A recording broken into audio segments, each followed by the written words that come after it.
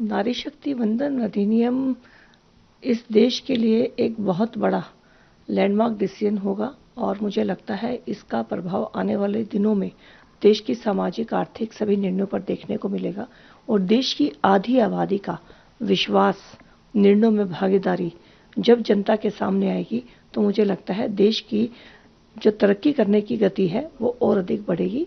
ये अधिनियम हम सब के लिए बहुत जरूरी है। मैम, अभी एम्पावर करने का टाइम आया है, इससे आप एग्री करती हैं? क्या सोचते हैं? प्रधानमंत्री जी लगातार 11 सालों से जब से प्रधानमंत्री बने हैं महिलाओं को लेकर विशेष चिंता रखते हैं और ये चिंता उनकी हर निर्णय में नजर आती है। बहनों को आगे पढ़ने के लिए उनकी सुविधाएं हो, छात्रवृत्ति हो या उनको स्टार्टअप स्टैंड अप में लोन देकर अपना काम शुरू करने के लिए हो, खेलों के लिए प्रोत्साहित करना हो या बेटियों को समाज में स्थान देने के लिए selfie with daughter, Beti Bachao Beti Padhao अनेक अभियान हैं और एनडीए का बैच भी जिस तरह से बेटियों का निकला है तो उससे देश की बेटियों में बहुत विश्वास आया है और धीरे धीरे अब हम नारी शक्ति वंदन अधिनियम की तरफ बढ़े हैं। देश की आधी आबादी पीछे रह गई तो देश तरक्की नहीं कर सकता, ये प्रधानमंत्री जी की सोच है।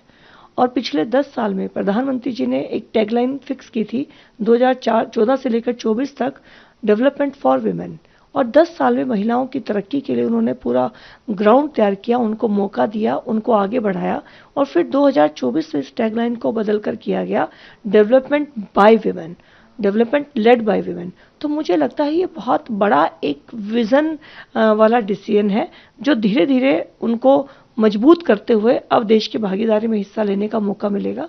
तो ये प्रधानमंत्री जी की एक लंबी सोच का परिणाम है।